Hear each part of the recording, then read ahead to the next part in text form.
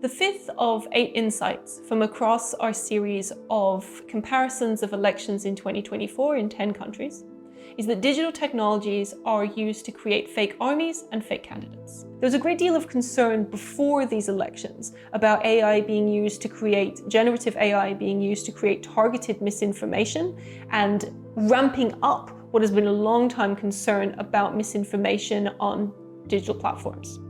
This is something that we did see and could predictably be seen. However, it didn't play in many elections as big a role as many people worried that it would.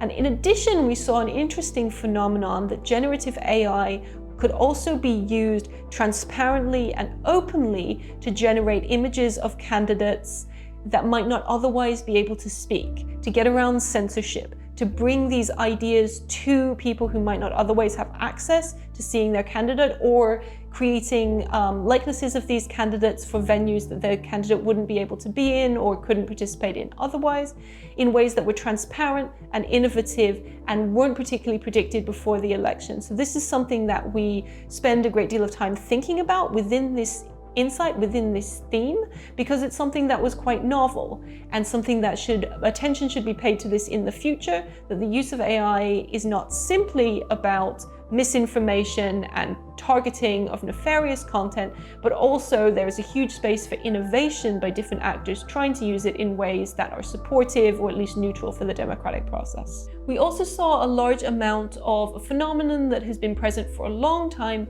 in terms of digital technologies being used to create artificial armies. And this is a fundamental sort of property of the way that current sites are structured, in which it's very easy to use code to create a large number of fake or semi-fake, run by a specific individual, troll bot accounts to create the illusion of popular support behind a particular issue. This can be using code to create these accounts to post particular issues, to automatically forward particular content, to drown out discussion on particular issues with automatic posting, to simply forward or like posts in order to drive them up the algorithms that are used to structure these sites, creating the illusion of support for particular issues and allowing illiberal actors to manipulate this very important current space of political information.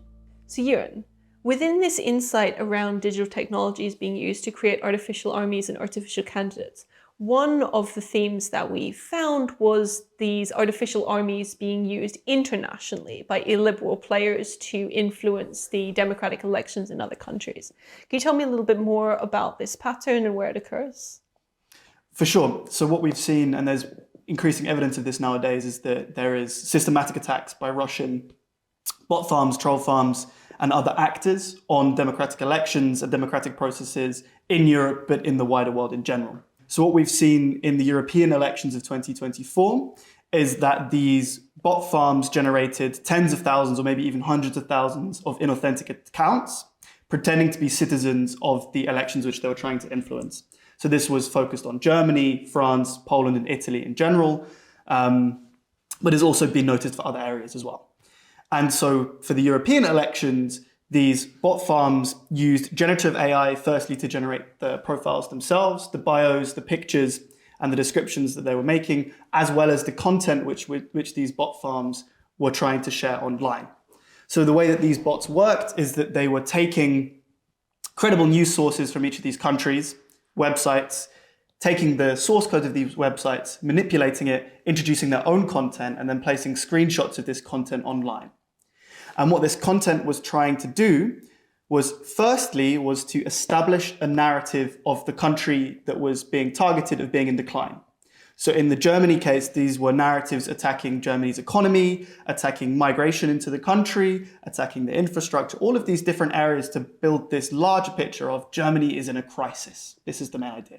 You should be afraid, Germany's in a crisis. And this narrative of a crisis is then used to portray Ukraine and Germany's support for Ukraine, or Italy or France's support for Ukraine, as the cause for the crisis that they're seeing in the country.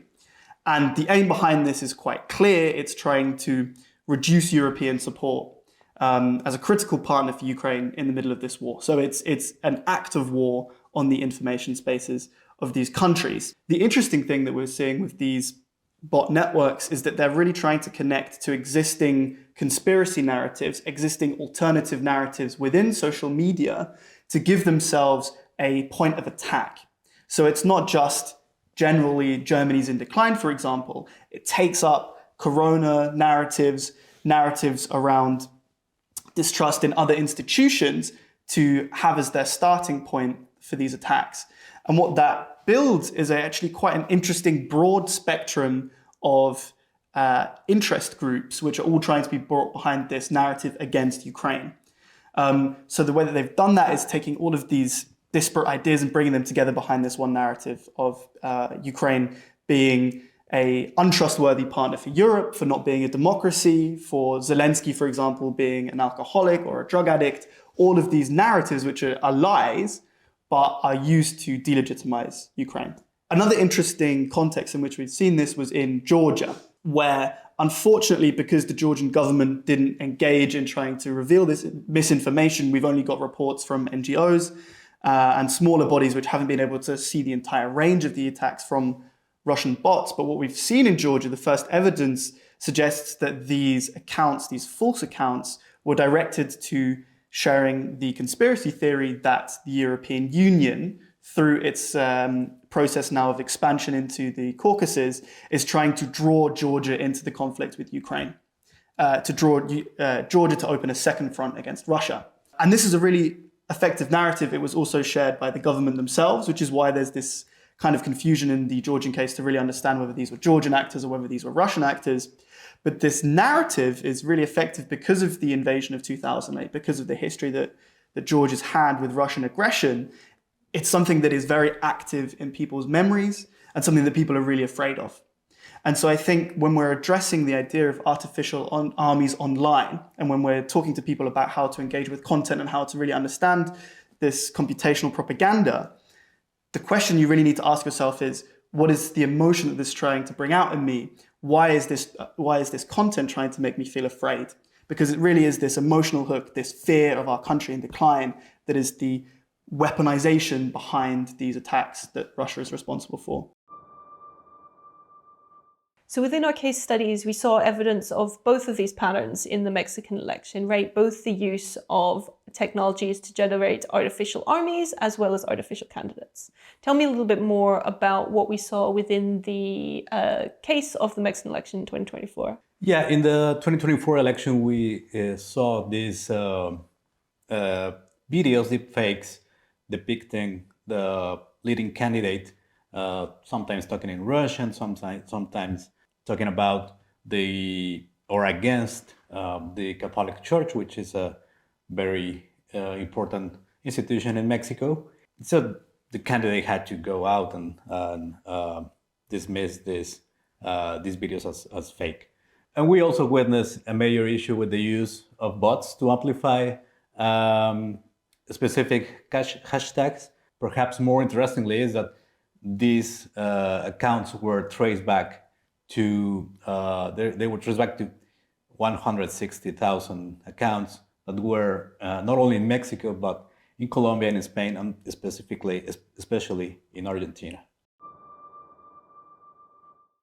So most prominently in Pakistan, but also in India and in the UK, we saw generative AI being used to replicate candidates in innovative and transparent ways. Can you tell me a little bit more about this phenomenon across these three contexts? In Pakistan, we saw a really interesting way in which one of the main parties, the PTI, employed AI to enable Imran Khan, the jailed leader, to appear in the campaign trail.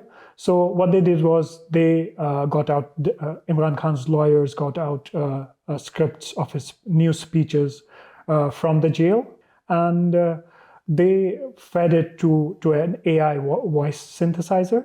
And then the party came out with videos of these speeches, which were ostensibly sounded like Imran Khan was giving these speeches. And they were pretty close to what Imran Khan usually sounds like. Although if you know that, if you have heard Imran Khan enough times, you know that you could make out that these speeches are not actually made by Imran Khan. And the PTI mentioned this very explicitly in the videos that these speeches are generated by AI. So it kind of helped them to galvanize support around Imran Khan and the party. And this was also eventually reflected in the election results, where they won a significant amount of seats. In neighboring India, parties like the DMK, which is a party based in the southern state of Tamil Nadu, they kind of resurrected one of their iconic dead leaders called M. Karunanidhi, and they made a voice clone out of his image, and then created videos and speeches in which he was seen as praising his party workers and praising his son, who is the head of the DMK party now. So this was how AI was deployed in, for example, India and Pakistan towards electoral campaigning. Again, this was not limited to India and Pakistan. We saw this replicated in for example, UK, where Steve Endicott, a conservative politician, created a whole AI avatar by the name of AI Steve, and contested actually the elections in Brighton Pier as AI Steve. Now, this didn't have much resonance within the voters. He only won 179 votes in the constituency, but this was an interesting way in which all these candidates in India, in the UK, in Pakistan, deployed AI towards electoral campaigning. So we clearly saw during these elections, in some ways, AI was not just used towards disinformation or disseminating disinformation and misinformation. There was also like bypassing of the censorship in the case of Pakistan, or reaching out to voters in the cases of India and the UK.